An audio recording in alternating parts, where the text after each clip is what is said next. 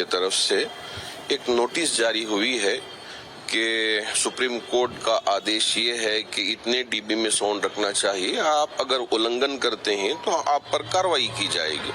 तो इस तरह की नोटिसें मिली हुई हैं। हम वही शुरू से कहते आ रहे हैं कि हम जो कानून सुप्रीम कोर्ट के तरफ से बनाया गया है उस पर पालन करने ही के लिए हमने डिवाइस तैयार किया है, ताकि किसी भी तरह किसी को तकलीफ ना हो और साउंड जितने डीबी में होना चाहिए उतने में हम कंट्रोल कर सकें।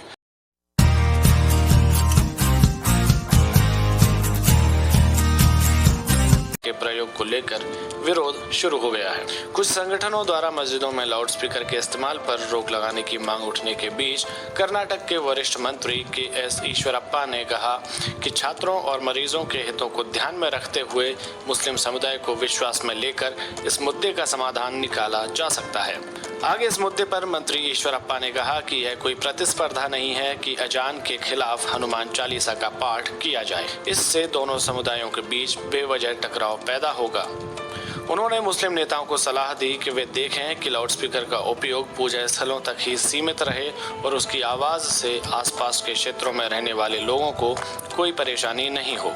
पत्रकारों से बात करते हुए ईश्वरप्पा ने कहा कि मुस्लिम समुदाय लंबे समय से अजान के लिए लाउडस्पीकर का उपयोग करने की परंपरा का पालन कर रहा है, लेकिन इससे छोटे बच्चों, छात्रों और रोगियों को परेशानी हो रही है। बता दें कि इससे पहले कर्नाटक के पड़ोसी राज्य महाराष्ट्र में नवनिर्माण सेना पार्टी के प्रमुख राज ठाकरे ने भी पिछले हफ्ते मस्जिदों से लाउडस्पीकर बंद कराने की मांग उठाई थी। उन्होंने गुड़ी पड़वा पर मुंबई में आयोजित रैली में कहा था कि अगर इस चलन को नहीं रोका गया तो वे मस्जिदों के बाहर स्पीकर पर तेज आवाज में हनुमान चालीसा का पाठ करेंगे। वहीं श्री राम सेना नाम के एक संगठन के प्रमुख प्रमोद मुथालिक ने एक वीडियो संदेश जारी कर मस्जिदों में लाउडस्पीकर का प्रयोग बंद करने की मांग करते हुए इसके लिए सुप्रीम कोर्ट का आदेश लागू करने की मांग की है।